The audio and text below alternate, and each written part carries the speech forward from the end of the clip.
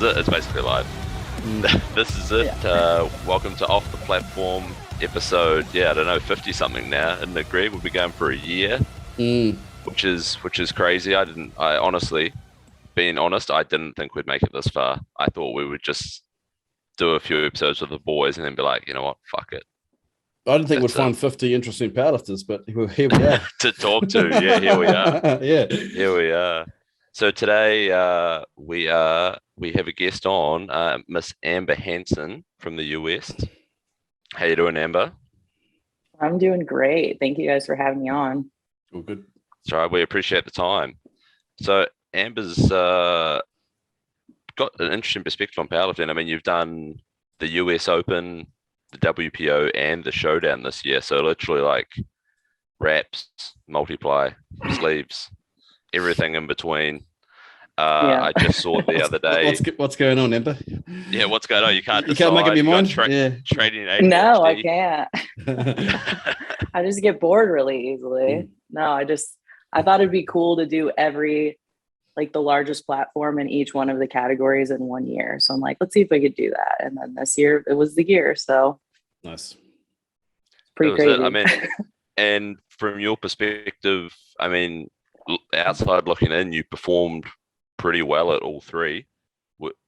Do you, in your perspective, do you think you performed well at all three? Yeah, I didn't bomb on any of them, so I'm considering it a win. Especially the WPO, man. You never know with the equipped powerlifting meets, kind of what you're gonna get when you get out there and go to your first squat. But yeah. I was happy with the performances. There's PRs and everything, and PR totals and good qualifiers, and I didn't get hurt, so that's a win for me for sure. That's a big year. I mean, so reps in pounds, it's got you down as 1758 multiply, which is just under 800 kilos for us. That's crazy. Which is crazy. 13 and just being 77 in reps, and which is 625 in reps and 607.5 in sleeves. I mean, that's some fucking meaty totals. We love a good beefy total. Yeah. And you're in the 90 kilo class for females. What is that in pounds? 198? 198, yeah. So I go back and forth between 198 and super. Oh, nice. Oh, is 198 the heaviest for those feds? Yeah, so it goes up to 198, and anything after that is just fair game, super just heavyweight. Yeah, it's brutal. Nice. It's a brutal class to be in, but it's fun because it's like that's where all the biggest totals are. Mostly those 165 females are nasty too. They're they've come up a long way. The 168, that's like 75 kilos under 75s for us. I've noticed that here as well, in Australia and in New Zealand, the best raw lifters here seem to be in that sort of 75, 82.5 kilos. So like, what's that in pounds? Like 181 class. What do you think what would that be? I honestly don't know why, but what do you think that would cause that? Well, that's a good question. I think maybe it's probably just a good body weight for the frame of most of the females who do powerlifting. Because like most of us start off in lighter weight classes. So if they're really good at like 181s and 165s, they probably took the time to grow into those classes. And that's like their optimal leverages, optimal muscle mass for everything. And they're just like hitting the stride there. It's my, I guess, hypothesis, but I don't know. Yeah, I guess for like the average height female. Because how tall are you? I'm 5'4", so yeah, 64, 63 inches. Oh yeah, okay, nice. Have you done? Sorry, feet. Feet. Yeah, no, it's all good. The thing is that we still describe height as feet, Greg, wouldn't you say? Like I still Oh, say to really? people, "Oh, I'm 5'11". I don't go to them, "Oh, I'm 180 centimeters tall." Yeah, it's hit or miss. I think it depends on the age group. Yeah, Yeah. you're saying I'm old. Well, I don't want to say that much. Growing up was always feet for me. Growing up was always 5 foot something, but then I've noticed today more centimeters. The centimeters getting used more to describe height. Maybe I'm just maybe I am old. Fuck. Actually, to be honest, man, I haven't fucking heard a thing, eh? I don't even know why. I've not heard people compare feet in centimeters before ever. So no idea. And but I'm trying to do the math in my head of how many centimeters tall I am. One. I genuinely thought I was 5'9" for the last 30 years or 39 years. But it turns out I'm not 5'9", so I've just figured that the other day. I think I fucking shrunk actually. Yeah, hey, it happens. There's a lot of compression on the spine. Yeah, I know. My 15-year-old is like 5'10", and he towers above me, and I'm like, I don't think I'm 5'9". What the hell? If you're 5'10", yeah. Now it sucks when your bloody teenage kids start towering above you. You don't feel as big anymore, but still stronger than you, fucker. Yeah, gotcha. Get back in your lane. Yeah. So Amber, of the 3 competitions you've done this year, which one's been your favorite? Oh man, that's hard to say because the Showdown was the most recent one, and this is like the freshest in my head. I think I'm gonna have to say the Showdown out of all of them was the most like fun, good atmosphere. Knew a lot of the lifters there too, and it was just a really good time. Like announcing was great, crowd was great, judging was fair, and Kansas City's a blast too. So I'd have to say Showdown. Did you guys get out and about after the meet? Not much. I flew home the next morning after I competed, but went and walked around a little bit, like saw the World War I museum, got some barbecue, that type of stuff. Nice. And of all the meets, was the Showdown the one where you knew the most people? You don't tend to.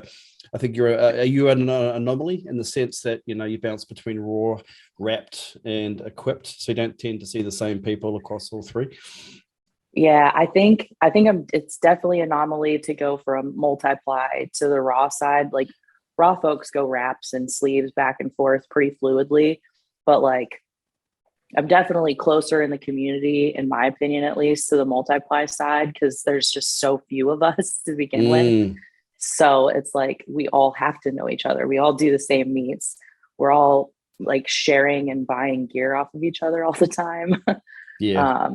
So I think that one's a little closer knit, and we're also more like concentrated within the parts of the country. Like think of equipped lifting, you got Ohio, got some Texas, a couple of us here in Virginia, and like that's about it. It's making a comeback, yeah? Or is it? Do you think did it ever go away? Or is it making a comeback, or is it just, who you know? Yeah, it definitely went away. It definitely like took a backseat. I don't think it was like totally gone for any period of time, but there was a time that, it wasn't getting highlighted. Meets were still happening. But now I think with the resurgence of the WPO and meets like Laura Phelps's Women's Pro-Am, and I think definitely on the women's side, it's growing exponentially every year, which I think is really cool and makes me really pumped. Nice. And and what sort of efforts are people going to make equipped a lot more prominent?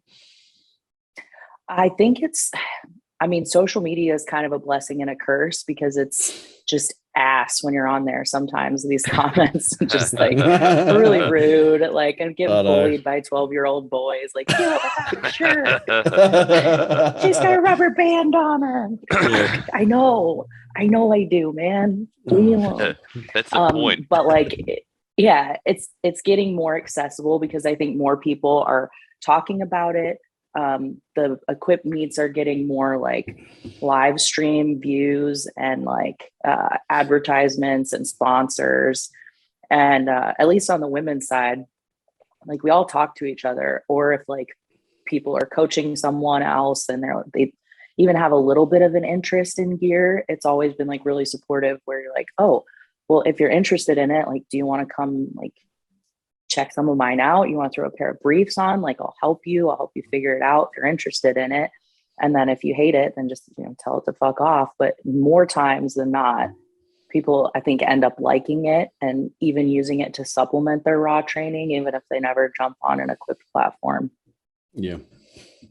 I first put my equipment on 2008, 2009 and loved it. I think it's something that that people either love or they hate. Do you think it's all inclusive in terms of, all types of body types? I mean, raw, obviously anyone can powerlift in raw, but give or take. But equipment, do you think it's a little bit less forgiving for certain people? Yeah, I definitely think so, especially like if that base and foundation isn't already there of like knowing where your body is and like the plane that you're moving, or like if you don't already know how to do a hip hinge, like equipped lifting is going to probably suck for you for a little while if you don't know how to do a basic thing like that. And then finding gear that fits you is a pain in the ass, because like sizing is rough. Like, you probably know how tough it is to find something that fits you unless you get it custom, and it's expensive as hell. That's a huge barrier for a lot of people. But yeah, I think that's why there's less people in it, because it's expensive. It's harder to do. You can't do it by yourself, or you can, but it's really tough if you do it that way. And it takes a long time to figure out. Like, you can't just jump in it and do it for the most part, unless you're like a freak and just know how everything works. I don't know how you can literally buy gear and figure it out, because it is so it's fucking complicated. I remember we would struggle away and figure out how to get the damn thing on. We would put shopping bags over our, we'd cut out the bottom of a shopping bag and then grab the handle and then use that to slide the fucking shirts on. And then you're sweaty and it rips and you're like, exactly, yeah. So you bench you with bits of plastic hanging out. Just a piece. Yeah. And then my coach figured out that you could get a spray bottle of water and you could spray the seams, and that would loosen things up too. So we were just making up as we were going along.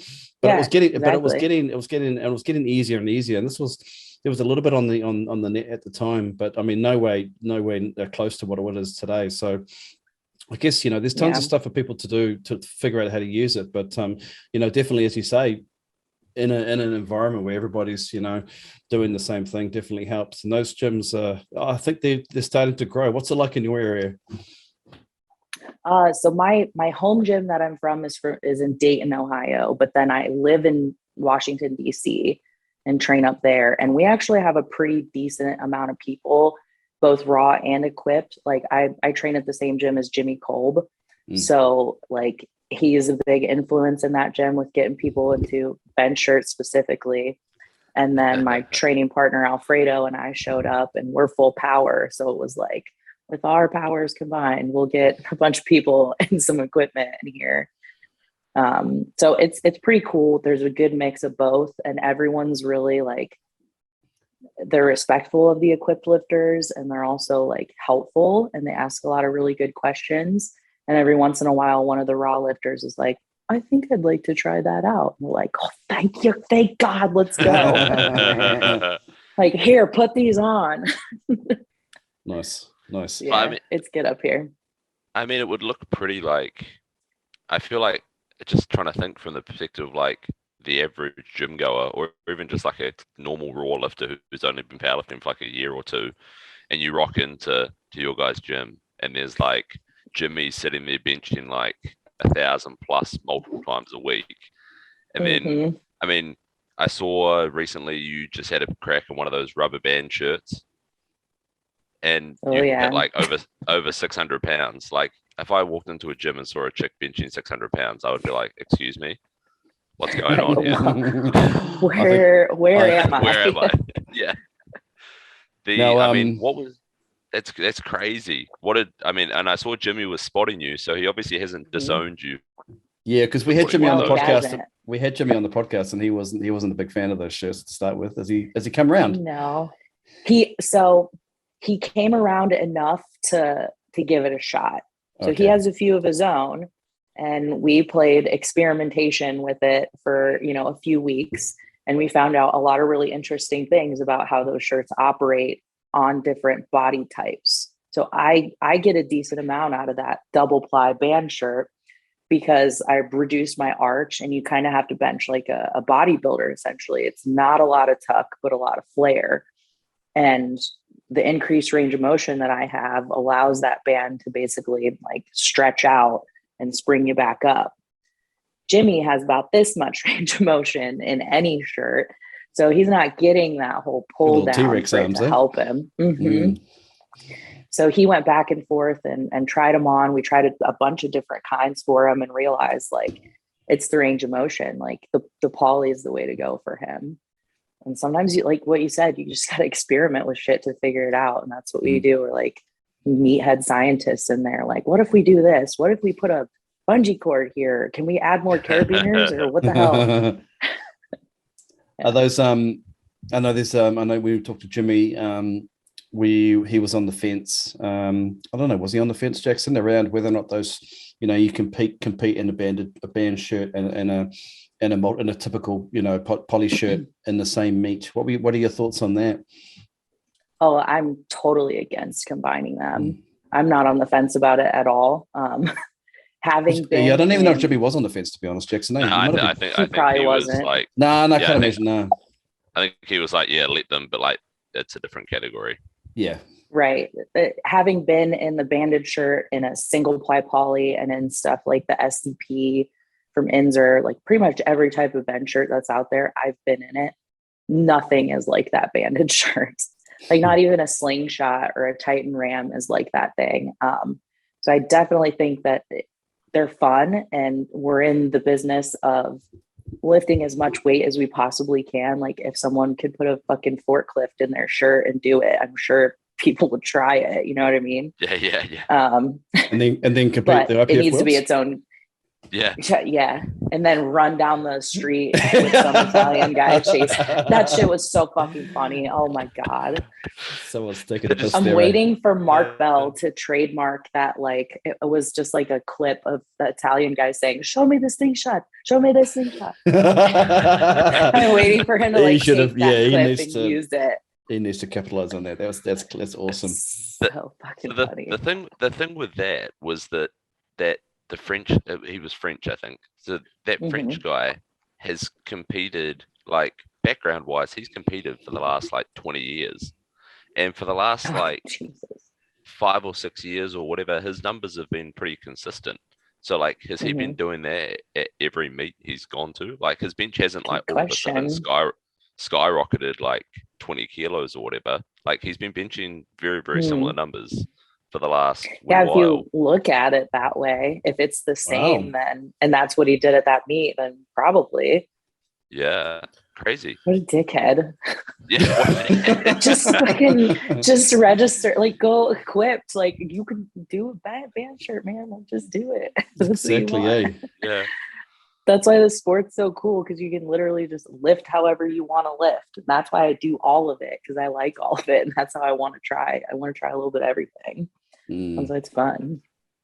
So Amber, you started off with like purely raw. I'm just looking at some of your competition results, and it looks like for the first only the first year. God, you did a lot of competitions, and sure have. 2017 especially. Yeah, you almost like doing something all the time. The Dirty Gym Summer Bash. Oh no, you got the Dirty Gym Summer Bash recorded. Have you seen that, Jackson? It's been recorded multiple times. Yeah, right? It's multiples in there, I think. I'm not sure why. I'll reach out to the guys that open. Maybe they were that impressed. They were like, no, we just got to keep writing this down because this is some good. That's my home gym. Someone just probably put it in wrong. Yeah, true. It's got it as like it's got you down as doing 3 lifts, push pull, bench only, and deadlift only. They probably just checked all the boxes for me. I'll enter every single division. Yeah, why not? Yeah. That annoying kid that leaves with like a bunch of medals. They're like, why? So if you found obviously, and there's always, I don't know, there can be some debate over the carryover from equipped to raw, but in your experience, you're finding that you're getting benefit from lifting all three ways, raw, equipped, and wraps, and getting nice carryover through to the other parts, the other lifts. Yeah, absolutely. Starting off raw was great because that gave me the foundation, the baseline, like understanding how to do the little things that are going to add up to figuring out how to lift more and not destroy yourself. And then once I started adding in the equipped lifting, I found that that level of overload was really good for me in terms of developing my upper back, my glutes, my hamstrings, being able to hold over 110, 120% of what I would normally do raw. So that really kind of, if you think of people doing stuff with like reverse bands or slingshot work, the same principle, but you're just doing it in a different type of way. Shit, my light just turned off. Mood and lighting. then it was like, what the hell just happened? Yeah. Light bulbs out. But yeah, I definitely think there's a lot of carryover between my raw and equipped lifting. Also with just like protecting my fucking joints. Like I miss my briefs when I start training raw because I'm like, God, my hips hurt, everything hurts. Like, and the same thing with the bench shirt, like protecting the shoulders and everything like that. So yeah. I mean, so you first meet was 2016 or so, 2015. That sounds right. Yeah. Had you been lifting like for very long before that, or like how did you get into lifting, and then how did you find powerlifting as a sport? I lifted, like I played sports throughout high school and some in college, and I was like in the weight room there. But my dad is actually a power lifter too, so he was competing in like raw and some single ply back in the 90s. So he got me into a lot of it initially, never really competed, and then started doing roller derby when I was out in New Mexico. I was like, it would be way easier to push these people around if I was stronger. So then I started, getting stronger on, squat, deadlift, a little bit of bench press, and then found a barbell gym and started training for a contest and been doing it ever since. Nice. Yeah. I mean, it's one of those things. I feel like that was sort of, I mean, that's cool that you were doing it beforehand, because I feel like that was sort of around that time that it became like a thing for females to be lifting, if you know what I mean. Like it became okay. All of a sudden, it wasn't just like, no, you're a girl, you go on the treadmill. You know what I mean? Like that's just how it used to be in the gym. So it's pretty cool, and I mean, it's the female powerlifting scene has fucking exploded. Like the Showdown, it was pretty cool. They had like female commentators, etc., for the female day, and that it was kind of funny. It was pretty funny that like on the guys' day there was like the guys commentating, and then when the girls were commentating on the Sunday, they were just like, "Oh my God, have you seen what she's wearing? That looks so cool!" Like, yeah, that was very funny. I went back and watched both of the days like live after they posted them, and I was so excited to hear like Heidi and Ivy on there. And they did their homework too. Like they had open powerlifting up, and when people would come up, they'd be like, "Hey, well, this is going to be a PR for her." And they did a really good job, and I was really happy to see that. I think other meet directors could stand to do that maybe a little more, because especially if there's like a women's day, because like this is going to sound terrible, but I don't pay much attention to men's lifting unless it's someone I know personally or someone that I am coaching. Like I don't know these things off the top of my head. Like I could rattle off the top 10 females in multiply lifting or my weight classes in raw lifting. Like I just don't have that depth of knowledge on the men's side, and like another female lifter would have that knowledge on the female side. So I think it'd be a cool thing if people incorporated that a little more in their meets. Who do you follow yourself, Amber? Who are you keeping a close eye on? Man, my feed is just littered with strong women. It's awesome. Leah Reichman is one that I absolutely adore. She's strong as shit, just squatted, multiplied, I believe 925 pounds. Yeah. Yeah. I know, right? So I saw him like, God, fucking. But yeah, she works her ass off too, and she's a good friend of mine. Who else? Allison Hine. I'll probably still said her wrong. She's gonna kill me. Monster bench press. She did the most gangster thing I've ever heard of in a long time, and snagged the 165 bench record raw, and then equipped in the same meet. Yeah, like that's sick. That's Karina Davis, she's also awesome. Tamara Walcott just had the highest female deadlift of all time at the Showdown. I saw that. That was sick. I'm gonna message her at some stage to try and get her on for an episode. That was a sick deadlift. It was she's cool as hell. 688 636, I believe. 636, sorry. So it was 288 kilos. What are you deadlifting these days, Greg? Man. Not even. Oh shit! Put him on the spot. I know. Look, like, I don't want to talk about it. I don't want to talk about it. I haven't trained in 2 months because of bloody lockdown over here. But Jackson, just for your information, the bar arrived yesterday, so I loaded it up last night, and I think I knocked out I don't know, what's it, 315 or give or take for a bench, and that felt like 800 kilos. So we'll see how deadlifts go today. But 8 weeks without training. I thought it wasn't going to bother me, but no, fuck that. So gyms have been closed over here, Amber, for a long time. We're in we've locked down. They lock us down in New Zealand quite hard when it comes to COVID. So we just there's been nothing open for 2 months. So you guys just create your own like home gym makeshift stuff to get by? Is that what's going on? Jackson. But I don't know.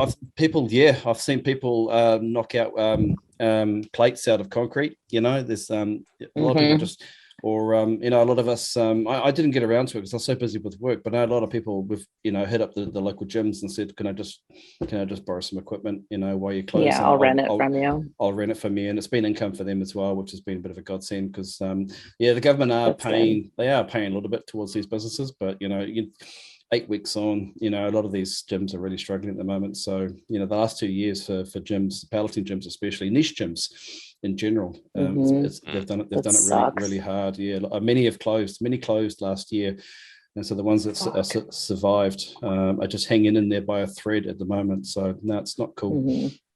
It's not cool, but people are making do with what they have. They're deadlifting their kids, or whatever they can get their hands on, really. So that was me for a little while. Luckily, it opened back up. But I was in here. I had a barbell and like some just gallons of water. You get creative. Band work. I got pretty good conditions. I'm like, I guess I'll just do fucking burpees all day. When I do come back, I'll have an engine or something to work on. Yeah. It's one of those things, isn't it? And I mean, it's a thing with comps and stuff at the moment as well. It makes it tough powerlifting wise because comps are getting extended out, or bodybuilding as well, I suppose. You guys aren't really having that in the States now, though. No, it depends on where you're at too, because each state is kind of running its own thing a little differently. But we were open back up. We've been open back up for maybe 6-8 months, and we were back in the gyms. The same thing happened. The gym that I was a part of, they had to close down. They started loaning out equipment and renting it, and that helped us get by for a little bit. And then my gym back in Ohio, we started just putting out a ton of at-home programming, workouts you could do at home, or coaching, videos, Zoom coaching, Zoom classes, and that got us by for a while, which was a pain in the ass, but at least it was something. I feel like it's definitely forced a lot of people to get more creative, business wise, and stuff. Speaking of work, so Amber, you're in the Air Force. and just won Nice. Sportswoman of the Year. Yep. That's Congratulations. That's pretty cool. Thank Congrats you. Thanks. on I was fucking surprised as hell when they were like, yeah, you won it. I'm like, they gave it to a power lifter. Are you serious? Like, there's no way. I didn't believe them at first. Because typically the winners are like marathon runners. I think the last year, the woman who won was like an equestrian. So just like really weird, like mostly endurance sports. So I'm like, nice, Oh, yeah. strength athlete, let's go. Jackson, I mean, that just wouldn't happen over here in New Zealand. It's not going to happen for many years, I don't think. Powerlifting recognised as an actual sport. No, it's definitely not. We're so far away. We're so far away from that. So that's awesome that the Air Force has recognised you for that too. What does that mean? You there's been like a ceremony and a trophy and award? Yeah, my like wing commander just virtually gave us awards. I wasn't there to get it because I had already moved, but I got it in the mail not too long ago, and it's a nice little like plaque and everything I can hang up. I was afraid I was gonna break it because it's all glass. Like, oh my god, this is too fancy for me. It needs to be in bubble wrap forever. That's why they were giving it to the endurance people, because they knew they wouldn't break it. That's right. I'm like, shit, this is gonna get. Yeah, seriously. But it was cool, just like a nice plaque. I think I go on like a wall somewhere with my cheesy official photo. And then the Air Force is really cool because when I go on trips for meets, instead of taking my own leave that I earn every month, like time off, they actually like allow me to do it through like a permissive time off type of thing. Wow, that's very cool. That's so I don't have to spend my own time off. Yeah. And it's like, they look at it as like a recruiting aspect. It's a recruiting program. So I'm like, yep, I'll wear my Air Force t-shirt. If anyone asks me about the Air Force, I'll tell them about it. I'll link up with the recruiting office type of thing. So I'm pretty fortunate to have that type of support through work. I've noticed that Jackson, with the guests we've had on, I mean, we had Ashton, we had Dan Grigsby, we had Jimmy as well. Like he was formerly in the service as well, wasn't he? So it sounds like they're quite supportive of the of people doing sports, and you get a little bit of time off and the ability to train. Although it can be quite challenging though. When did you do a lot of travel? Did you move around bases and so forth a fair bit, or were you stationed at one?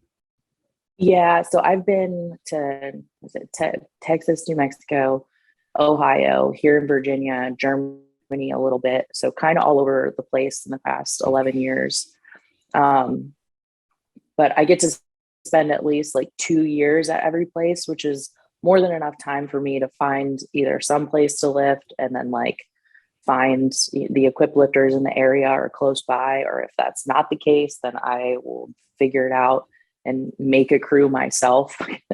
I'm like, I'm going to need help. I'm going to teach you guys how to help me and intern. Like I will help you get better at whatever you want to do, because I have that to offer.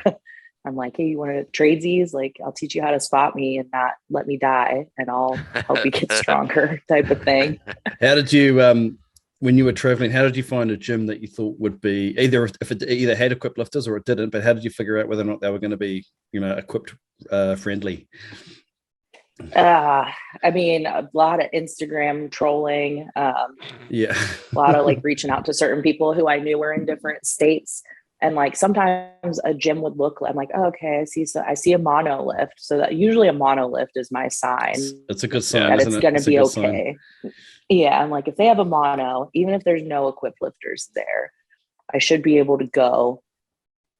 Everyone might look at me like I'm crazy, but that's fine. Because I'm like, yeah, look at it. Do you have any questions? Like, do you want to know what this is? I see you looking at this weird shit. Like, let's talk about it. So that it's not so like, oh, what the hell is she doing? Yeah. So that's how it used to be. Like it's the still, weird girl in the bench shirt, like taboo almost. I'm like, it's just lifting. Exactly. Still strikes me as crazy, Jackson, and Amber, that you still see these big competitions, the IPF for one, not using something like a mono. I saw some kid squatting 350 or something like that, and they had to put all the plates around the front of the squat rack. because they knew that when you re-racked it, the whole thing was going to lurch forward. I'm thinking, guys, just use a mono. Come on. It's not that big a deal. Yeah, I'll never understand that. There's no reason for an ER rack. There's no reason. It's way safer. You can have safety straps. Like, you can walk it out of a mono too if that's your big problem with monolifts. Yeah, like walk it out. I feel like one of the things that they definitely could do better in those meets is like safety, because I mean there's that classic video of like Ray Williams squatting like fucking something ludicrous like 970 or something, like 470 kilos, and like, or actually I think it was 1,000 and something pounds. It's like 470 kilos, and he misses, and these guys can't like get him back up out of the hole. Of course they can. And he's like stumbling around with it and stuff. But then the thing with that is that with a mono, with the straps, they hang straight down because they're made for you to just use the hooks. But if you walk it out all of a sudden and then you dump the weight, that weight then becomes a pendulum and actually becomes more dangerous. So I think that's the issue with the walking out in a mono and straps. So that makes sense. But then I don't know if you guys have seen, but Blaine Sumner came up with like quite a good mechanism in his garage with it's basically like a seatbelt ratcheting system that like you can go down, but then as soon as the weight starts to come back up, it has to keep coming up, and then it won't ever go back down. Clever. So then he basically walks it out of his, he's got them attached to the end of the bar. So he walks it out, squats down. As soon as he starts coming up, the bar has to keep coming up. If it tries to go down, it just stops. So it's like a seatbelt. But he can like powerlifters are so creative. Yeah. When you're smart bastard. Blaine Sumner and you're doing 1,000-pound pluses, you need to get creative. Well, you know what the thing was that made him come up with it? It was he was squatting his fucking 1,000 pounds for the 5th time that week or some shit, as he always does.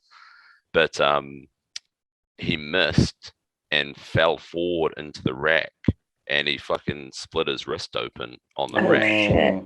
I remember. And also, I think I remember that. Yeah, and the bar also hit where his missus would usually be standing. Ooh. So it freaked him out. Can't be having that. Yeah, if she had been there, she would have got KO'd, sort of thing. And also, he got fucked up. So he was like, right, well, I need to come up with some way to fix this. And then here we are. But so I feel like they should at least make that like a national event. I mean, you can't maybe expect like all the regional promoters and stuff and federations to have them, but surely at Worlds or at USA Nationals or New Zealand Nationals or whatever, you can expect the national body to be like, right, we're buying this safety system. Yeah. That would make a lot of sense. And it would give peace of mind to a lot more lifters to like really go for it, I think. Because there's a lot of times, like even in training, they might feel safe because they have their spotters. But in a meet, if you are feeling some kind of way about those spotters, like you're probably going to be pretty conservative on it if you don't feel safe on the platform, which really sucks and has happened before. But has it happened to you, Amber? Have you ever come out thinking, this is not quite right? No, you've been quite lucky that, You haven't walked out to a platform that wobbles when you walk out on it? Actually, I have. I forget which one it was, but there was a weird thing at the WPO semifinals a couple years ago at the Arnold, and there was like a bubble in the carpet. And like equipped lifting, like my feet need to be perfect. Like I can't be like slipping over anything. And that was really sort of like, that was a little scary. But like the WPO spotting and loading crew, I don't know if you guys know like Robert Bain or any of those guys on there, but like I would try and squat 1,000 pounds if I knew I could try it, if they were my spotting and loading crew. Like I have no fucking reservations that they could help me. Shit went wrong. We've talked a lot. We talk a fair bit about good spotting and loading, and Amber, I don't know if you're aware, but in Europe, there's a professional spot load team that travel around different competitions, and they charge for their services, but they're just professional at it. you know, and I know many competitions will literally grab anyone that's free. And hell, I've been at competitions where we run out of spot loaders and we've had to shout out to the audience. You can just, come give us a hand, you know, but it's not something that, you know, it's not something you just do for the first time and expect it. I remember I got my he was 14 at the time. I got my 14-year-old come and help out at one competition. And I gave him a bit of a rundown on what to expect. But on the day, lucky there was other people around. When that bar suddenly drops down because that person fails the lift, you know, he wasn't expecting that. And I said, yeah, that's probably a good lesson learned in a safe environment. But you know, unless you've experienced it and done it multiple times and got really good at it, because there's a right and wrong way, you know, you've got to get the right people to help out. Because if you're a Ray Williams or a Blaine Sumner or you know, you're doing your lifts and you want to know that if something goes wrong, someone's there to catch it. You know, a good spotlight team have a technique around it. You know, the side spotters come in quickly and lift the weight up. The back spotter will pull you out if they need be. But you know, there's a real art form to it. Yeah, definitely. That's one of the reasons, like, I attribute, because my raw bench and equip bench have done really well, like gotten a lot better way faster than any other point in my powerlifting career here. Because I have, like, I think it's just the confidence, because I'm not afraid to put any bar in my hands. If I have Jimmy and the two side spotters there, like, I know I'm going to get a good handoff.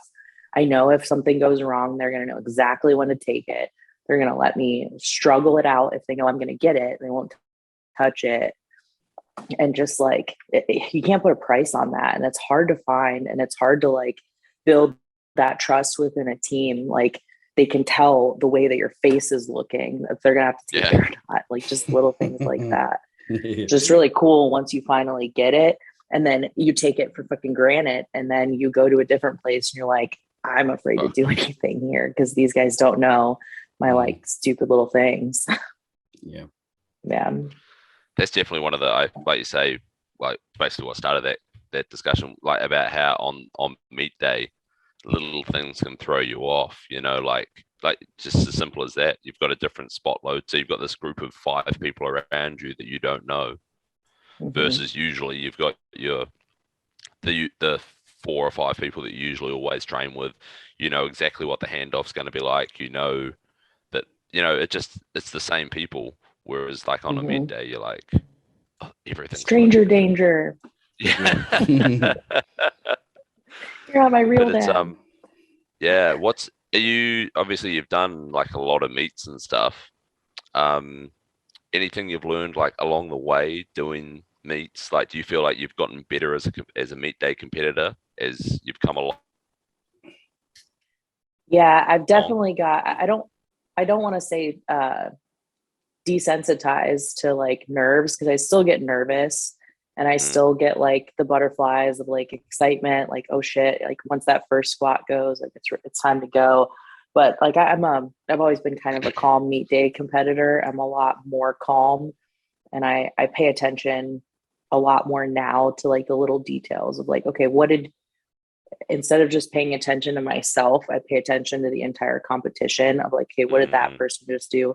What do I need to do next in order to try and like edge this out in some way?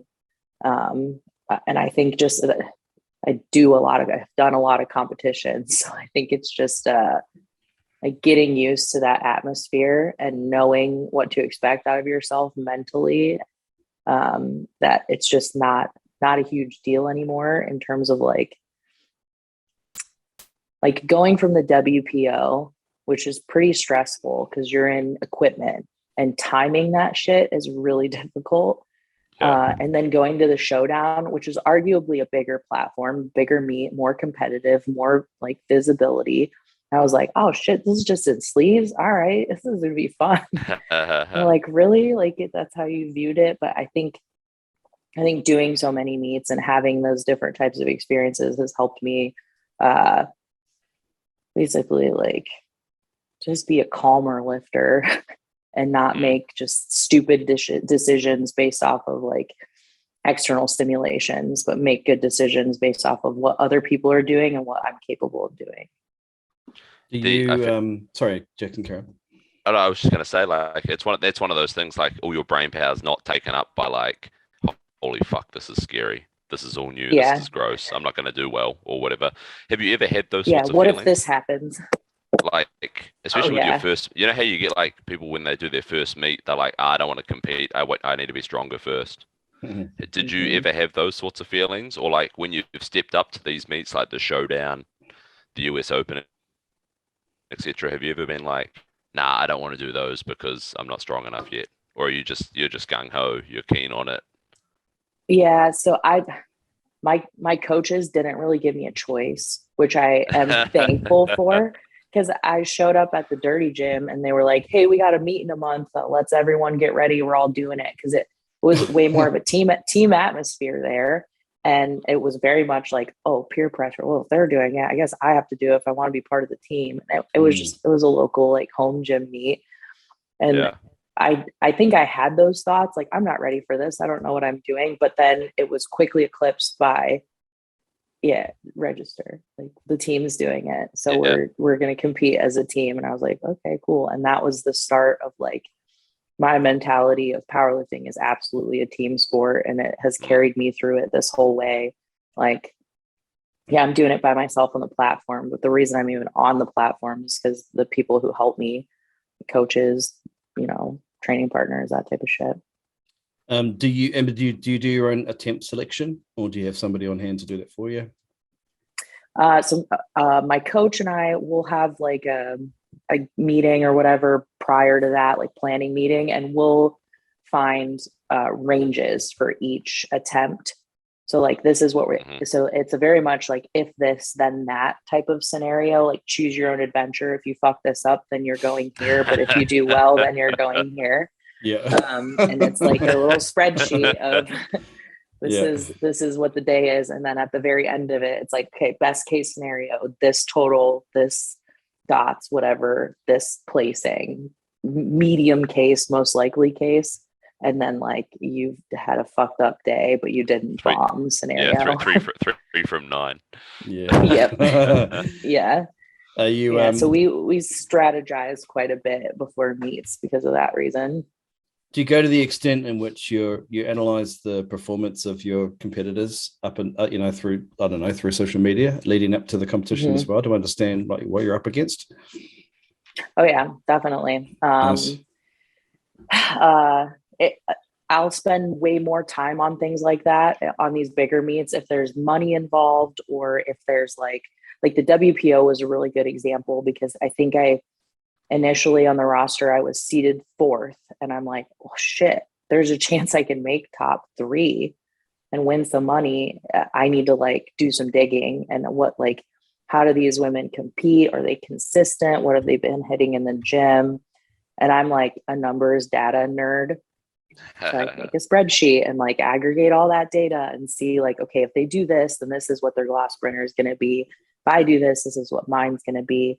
And even like on meet day, it was coming up. I think it was like on bench and deadlifts. We're in the back on that like screen trying to figure out, okay, shit, if she gets that, then it's going to bump her into 3rd or 5th or whatever type of thing. So like, I'm really into that because I think it's fun. And I think that people could stand a lot to gain out of doing that type of stuff, especially if there's like money or titles or records on the line. Cause like if you're doing your absolute best, but you just make a weird decision, like maybe you could have added 2.5 kilos more and that could have changed your placing, but you didn't know because you didn't like do the research. So are you make or break your rankings.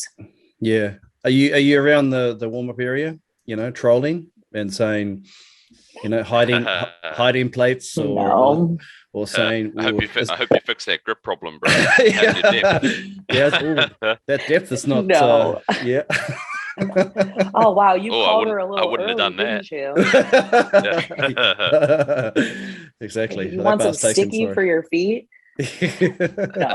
No. I'm a competitor. I'm a respectful competitor. All of those women in there are my friends. So I'm not an asshole. I would never do any of that type of stuff. But I will research and figure out like how you're doing. And because like, just because you're my friend doesn't mean I don't want to beat you type of shit. Yeah.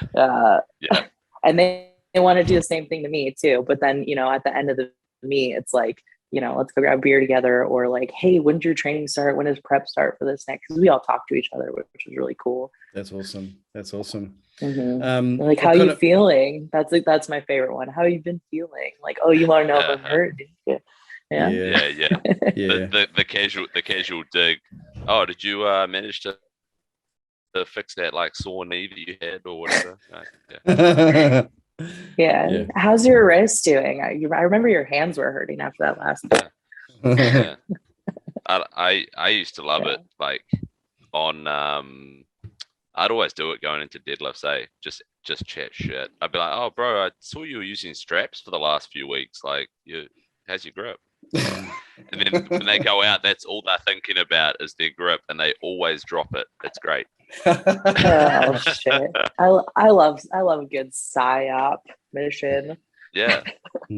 Just put it in. Oh man, you should probably crank your straps a little harder on this last one or something like that. Yeah. You're like, no, I don't do that in training. Well, it's the competition. It's different. You should probably do something different.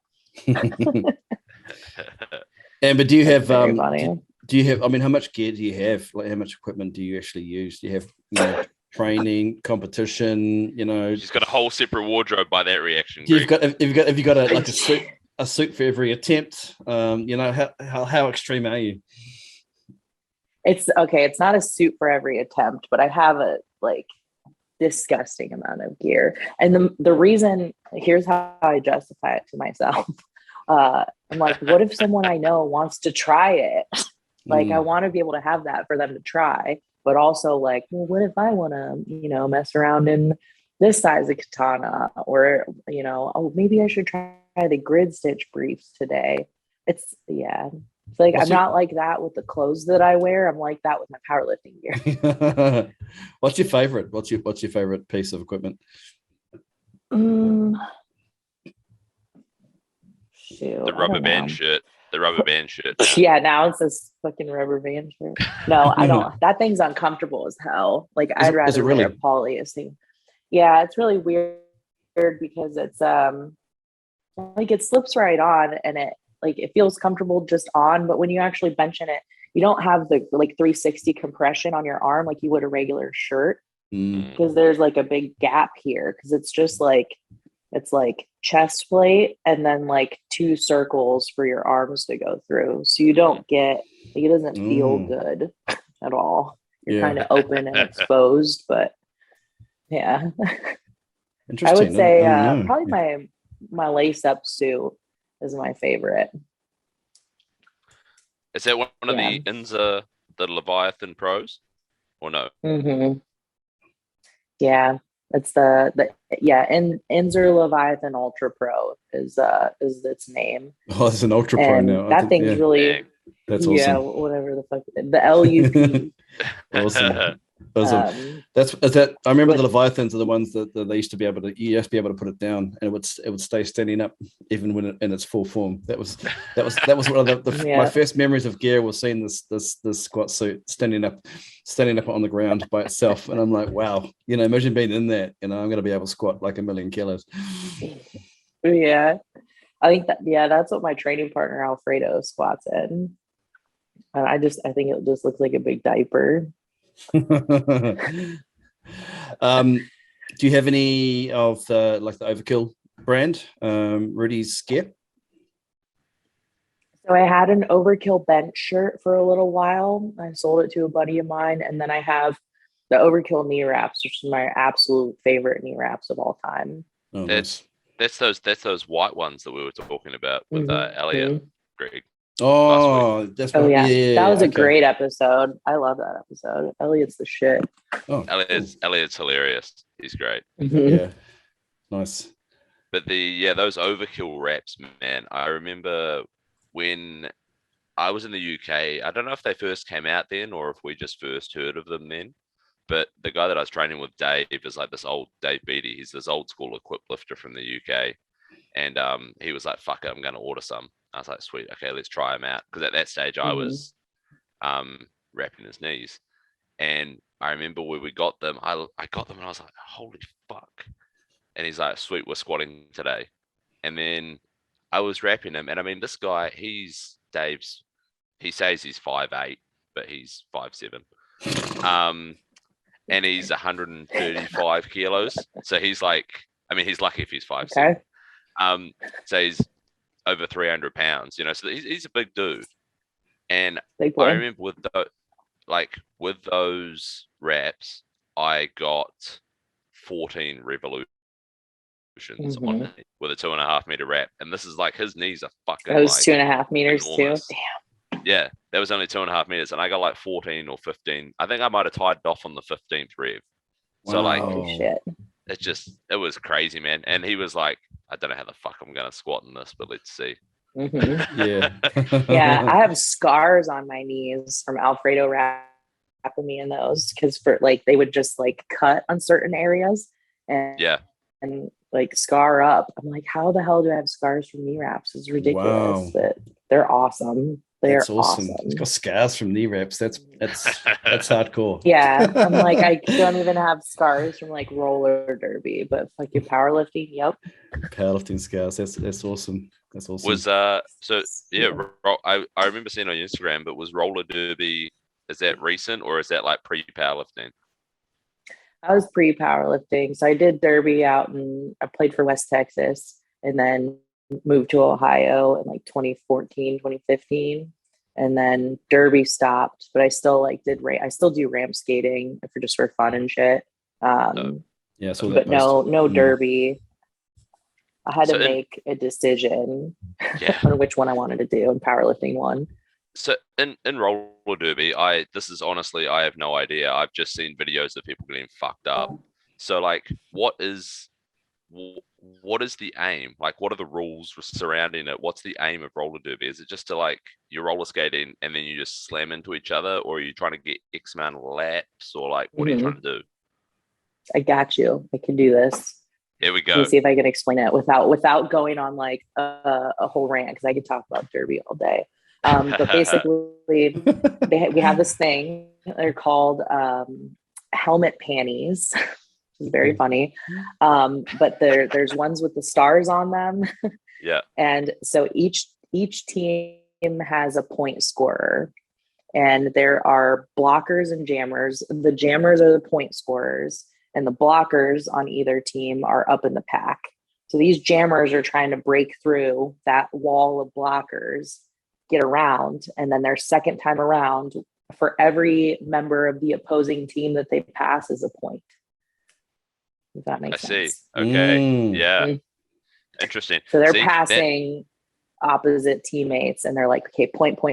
I think there's either 4 or 5 blockers. I can't remember now. I've been out of it so long, on the track at a time. They must want you on the team now, surely. Yeah. Because you're jacked as fuck. You know, they'd be like, I don't know how fast I am anymore. That's the issue. Endurance we only need one blocker now. Yeah, endurance for powerlifters is not really a thing, is it? Too wide. I think I'd be okay. We do a decent amount of like work capacity stuff, but like that's a whole different type of cardio. It was mostly my downfall would be my feet and my calves, and like just hauling more mass around the track. Because even when I skate on ramps, I'm like, fuck, this is not what my body used to feel like. Just like skating in a different body with new leverages. It's wild. Yeah. All right, there we go. Roller derby 101 for dummies. Hell yeah. I reckon. Yeah. Is it over here, Jackson? I don't know if it's. I don't know. I'm down. It is. I'm down to give it a go. It sounds like fun. It sounds pretty cool. So one of my favorite skaters is actually from New Zealand. I believe she lives in Colorado now, but her name is Samara Pepernell, or fuck, I can't remember how to say her last name, but her like Instagram handle is Lady Trample, and she is sick. She is one of the top derby. Yeah. Wow. Well, that's the other thing too, is in roller derby, we go by nicknames. So like most of the people on my team didn't even know what my real name was for a very long time. That's so cool. That's really, really cool. Yeah. Wait, what was your derby name? God, it was America. Nice. My number was 1776, and there was a lot of patriotic themed shit in there. Nice. Like my skates. Oh shit, they're right here. I can show you. Oh, look at that. You even got the skates right there. Oh, Here look they at that. are. Eh? That is patriotic. They're here through just and in through. case of emergency. Just in somebody case, got eh? a quick skate. Just in case someone asked me, I thought you were like, just in case someone asked me a roller derby Yeah. question. No, I think it's Here's just in my case skate. she needs to make a quick exit. Yeah. Yeah, true. Yeah. In case someone asks me about roller skating or equipped powerlifting, because my suit's over there. You got the suit over there too. Nice. So Amber, what does a typical week look like for you in terms of training? You know, is it nutrition? Do you pay any attention to nutrition, or is it, you know, eat whatever you want, or you get quite scientific about that too? Yeah, it's not super scientific. Like I have macros that I just keep track of. It's very what we do is we carb cycle. So I'm not doing it currently, but leading up to a contest, if I'm cutting weight into like 198, I'll have no carb days, low carb days, medium carb days, or high carb days. And based off of a check-in photo that I send my coach and what I'm doing that day for training, he'll either prescribe, okay, we got heavy squats today, I need you to hit a high day, put most of it around training. And then the rest of those numbers just stay static throughout the week. Nice. That's really it. It's pretty simple. At first, it was hard to get a hold of, but I'm like, I just have to count the numbers and make sure that the numbers equal the numbers you want me to do at the end of the day. Cool, got it. Yeah. I used to weigh my shit. Now I just look at it and I can tell what it is. It's ballpark. Yeah, that's where I'm at too. You know, yeah. Always. Yeah, and what about training? Weighing. What about training? What does that look like? You know, you're 3, 4, 6 days a week. Yeah, so I'm 4 days a week. I think I'm going up to 5 now because I'm training for bench only. And we're going to do a little more specific type training, but I'm typically Wednesday, Thursday, Saturday, Sunday, and then Saturday, Sunday are like our biggest days. That's when Jimmy does his big benching and when all of us do equipped benching on Saturdays. And then typically all of us will do some sort of equipped lower day on Sunday, whether it be squats and or deadlifts. Nice. I can imagine with Jimmy's benching, everybody's got to be there anyway, just to hold the catch the bar, just to help spot. Yeah, it's all hands on deck for that. That's like one of the most nerve-wracking things I've ever done is in a gym is a 3-man handoff for him. Gee, and it's like, yeah. Wow. Well, yeah, I mean, you think the middle person needs to be able to like upright row 1,200 pounds. Like, no, it's not exactly. It's not going to happen. So we're like under it, and we need to make sure that like this guy's calling the shots of like, okay, up, out. What happens in and competition? Like, what happens in Jimmy's competition? Who's doing the handoff? Is it a 3-man handoff as well, or a 3-person handoff rather? Yep. Wow. Yeah. And those big weights, he'll still get a 3-man handoff, and he's got really good relationships with the folks in the federations where he competes in. So if they know that he's registered for it, like they'll likely either allow him to have us there doing the spotting for him, or they'll like have people there that have spotted him before and he's comfortable with. You're gonna need that, because the most I've held is I don't know, what's 280 kilos, Jackson, pounds? 615. The most I've ever held is 615, and I know I can tell you right now that if you've got people on either side and a middle person handing off, you've got to get that in such that has to be so synchronized, because if somebody is lifts one side more than the other with that kind of weight, you know, the whole thing's going to topple down because you're barely holding it together. And I can imagine Jimmy with double that weight. You know, those 3 people are going to have to get it absolutely perfect. And then, you know when to let go so that, you know, Jimmy's holding it steady, and then he's got maybe seconds before that's going to go south. So he's got to get that bench call straight away. So, wow, it's impressive. Yeah, it's a lot. That's for that. I mean, we have it down now, but there were a few times like one of his sides for whatever reason just lags a little bit. And we have the J hook set up pretty high so that we don't have to pick it up very high. We really just do a little bump and then slide it out. But like if something happens and he like blocks out one all the way and the other one doesn't quite get there, like you have one person trying to like scoop up half of 1,200 pounds and like put it back up on the J hook when he's already against the rack. Yeah, exactly. Yeah. I mean, it's crazy.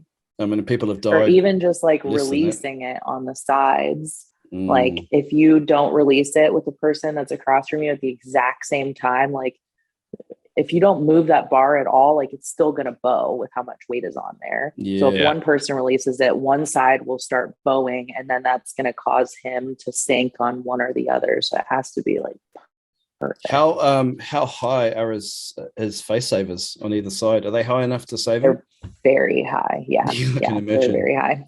Yeah, they're like, luckily he like his range of motion, it like enables us to have him up like, shoot, I don't know.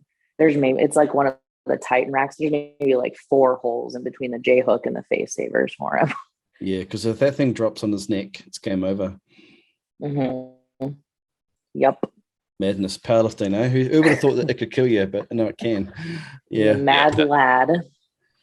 Hey, Amber, I wanted to ask before we wrap it up, for women that are interested in getting into equipped lifting, like, is there a good pathway in terms of, you know, is it a personal choice in terms of what equipment to try first, or is there a great sort of entry level type suit or you know, briefs, or what would be your recommendation for women that are just, you know, maybe lifting raw now, but want to try equipped? You know, what's the kind of pathway or progression?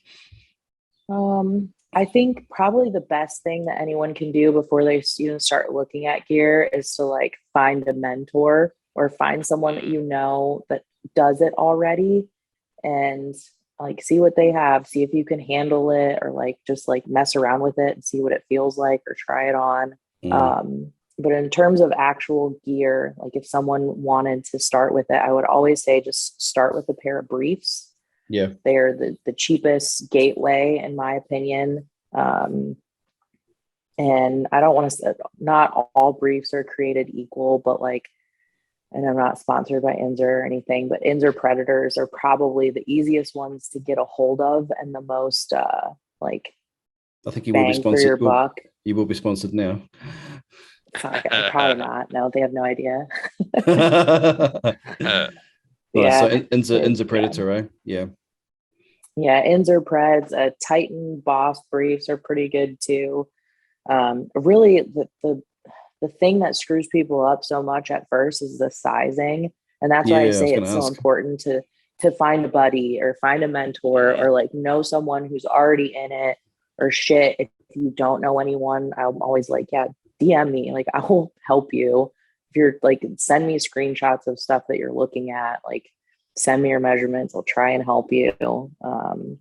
Because people also don't want to spend a lot of money. There's a whole like really good group on Facebook, and it's just geared lifters, and we're constantly like selling and trading gear. So like half of my gear is used. I sell stuff and buy stuff on there all the time just to try it out. Nice, because I know definitely over here when I was getting into it, you know, you couldn't afford to fuck up the sizing because it was coming from the US, you know, and it would take weeks to get here, and then you couldn't afford to have it tried on and be like, oh shit, this doesn't fit, because you know it just there's no one over here to be able to we don't sell it over here, and I don't think anyone over here knows how to do any modifications anyway. They might have changed in the last 10 years, I don't know, but sizing is a big one, eh? So definitely I think if people can reach out to the likes of yourself and other geared lifters, it's probably the best approach. Nice. Yeah, and for bench shirts, like the Titan Super Katana is like the best in terms of learning. Like it is difficult to learn because it is single ply, and it's like pretty aggressive single ply shirt. But if you can bench this is my opinion too, if you can bench in a Super Katana, you can bench in any bench shirt, because it's a very strict shirt to bench in, and you are like learning the principles that will carry over to anything. Like I benched in my Super Katana all throughout prep for the WPO. I could never make a touch happen. And then I switched to my SDP, which I've had issues with in the past. And I was like, this is like nothing.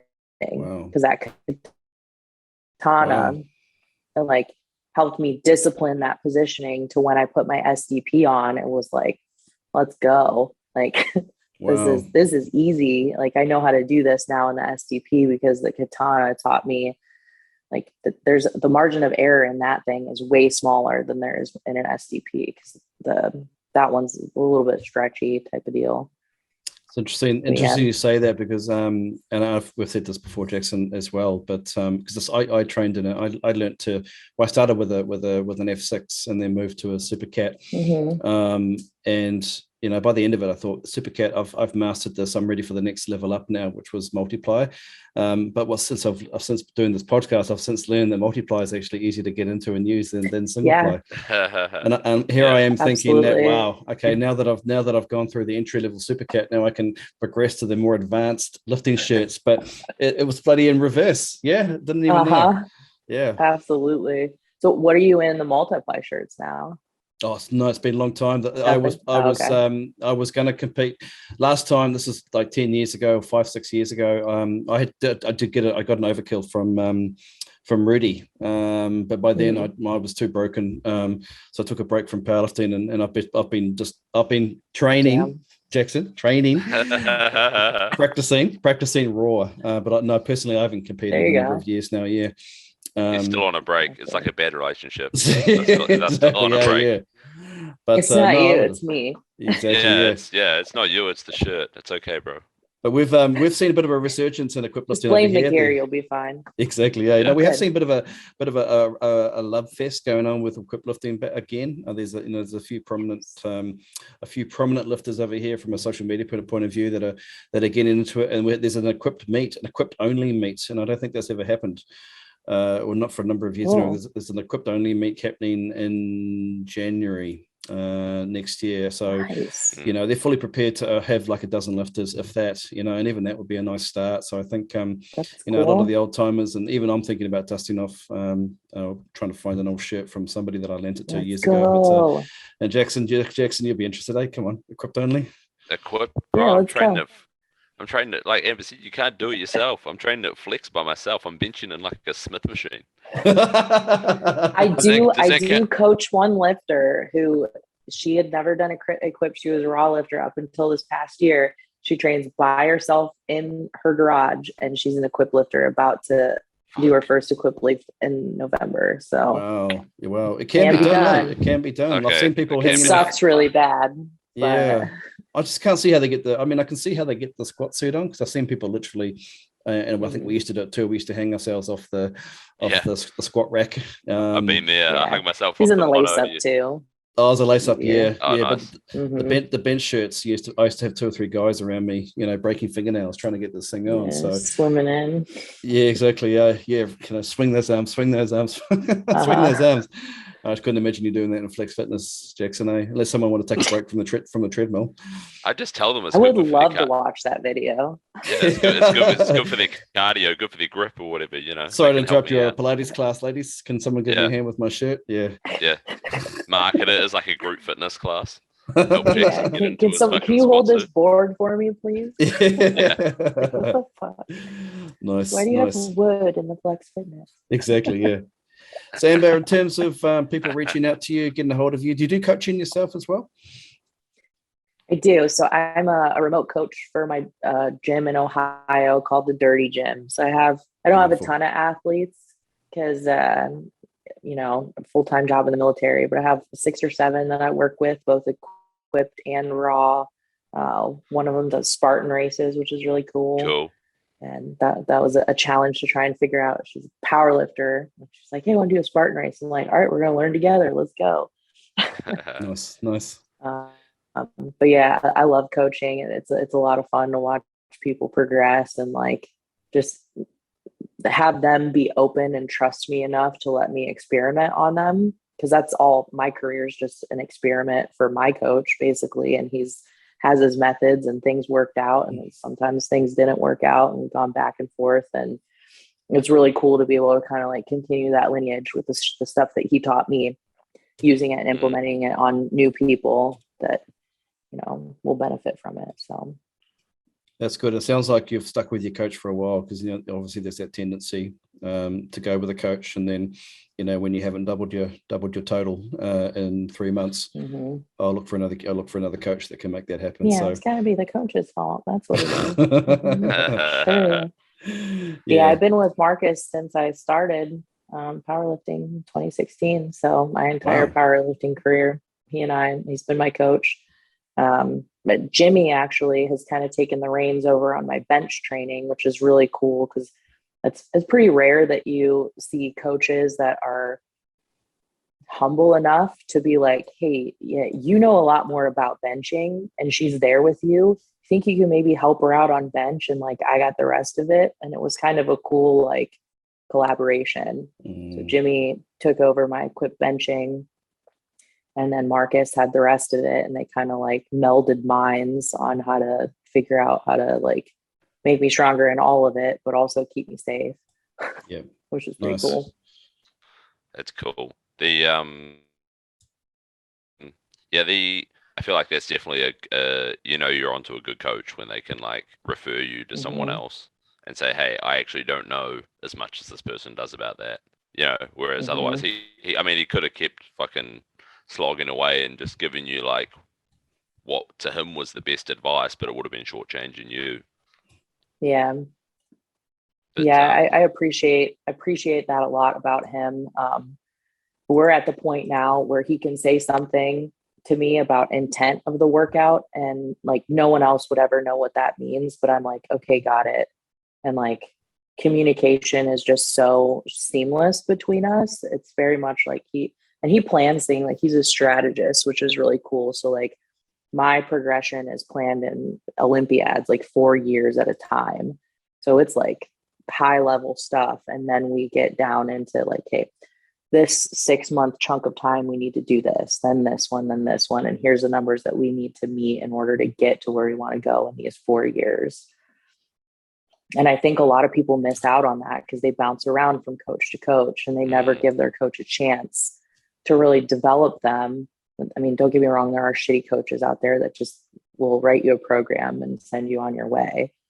But like, if you don't give them a chance, or if you don't communicate, like it's a push-pull thing. Like the people that I coach, I need them to tell me things that they want or that they're interested in or that their goals are, because I can't just guess, Yeah,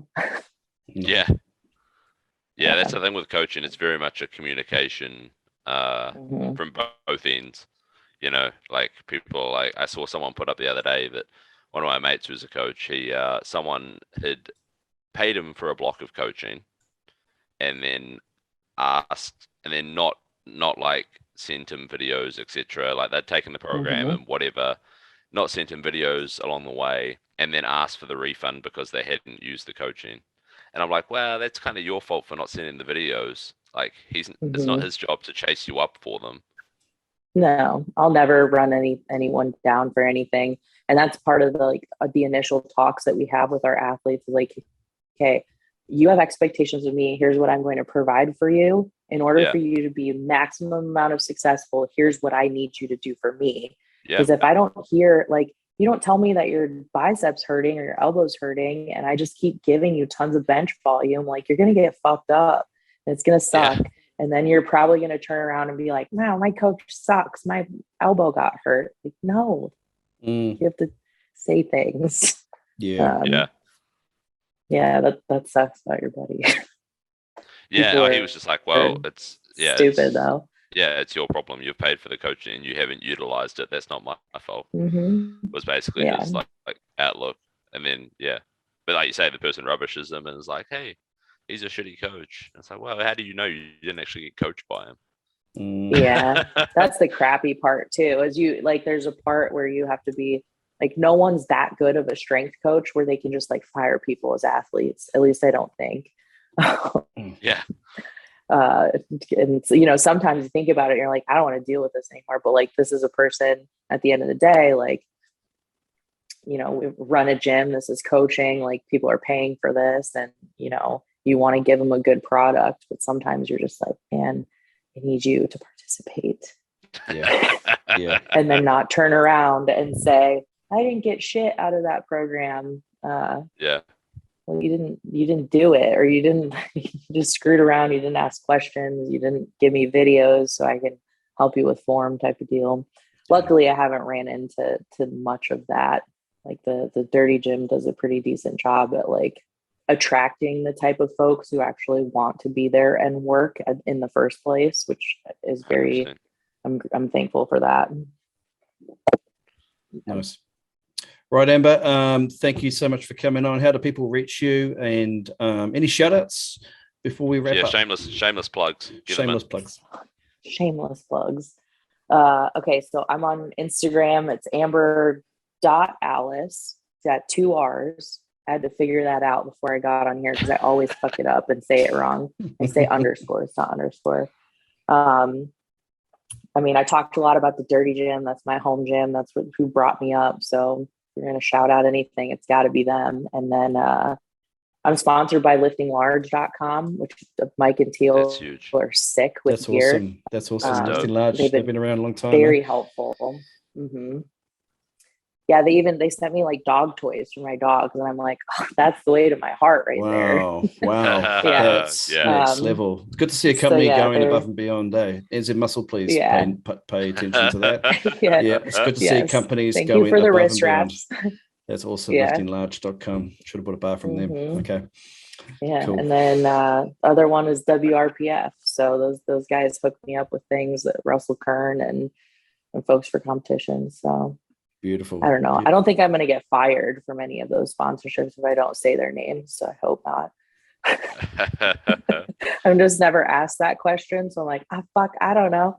Code Amber 2021. Amber 2021 LL for it's your code. So awesome. All right. Oh, Amber, it is. Yeah, don't forget your shout out. I'm glad you fucking know it. I'm looking at it right now. Amber 2021 2 L's. Oh my God, at the I'm end. so sorry, Mike and Teal. I'm the worst. We'll chuck it in. We'll chuck it in the show notes. Amber, you're all good. Cool. You're well covered. Hey, thanks again for coming on. It's been an absolute blast. Where are we going to see you next? Thank you guys for having me. What's your next competition before we go? So I'm scheduled for a bench only one in November at the WRPF, but I don't think my leave's going to get approved. So that's up 50-50. So, and if you don't see me there, I'll be at the Ghost Clash in February in Miami. Nice Ghost Clash. That looks like a sick call. Excellent. Yeah, I'm excited about that one. That's a cool brand, that one, Ghost. I'm loving it. Yeah. Yeah. Cool. Thanks, Amber. Thanks again. Take it easy. Thank you, guys. All right. You Thanks for coming on.